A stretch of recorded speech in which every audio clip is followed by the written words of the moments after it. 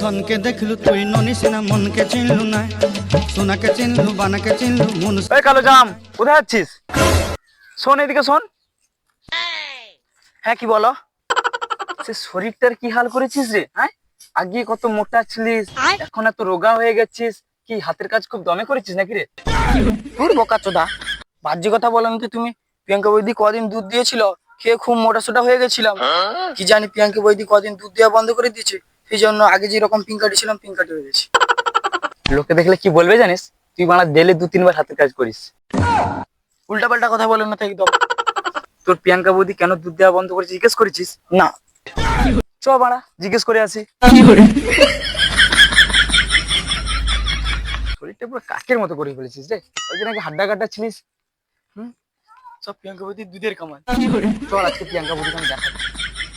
প্রিয়াঙ্কা বৌদি, ও প্রিয়াঙ্কা বৌদি, কি হলো? সে তুমি তোমার দুধ দেওয়া বন্ধ করে দিয়েছো কেন? সে তোমার দুধ খেয়ে আমার শিষ্যটা কয়েকদিন খুব মোটা সোটা হয়ে গেছিল, এখন তো আবার সে পিনকাটি হয়ে যাচ্ছে। ঠাকুরপো, কদিন ধরে আমার শরীরটা খুব খারাপ যাচ্ছিল, তাই দিতে পারিনি গো। ও, শরীর খারাপ ছিল তো কি হয়েছে? কয়েকদিন তো গরুর দুধ পাঠিয়ে দিতে পারতে। Oh, no, no, no, no.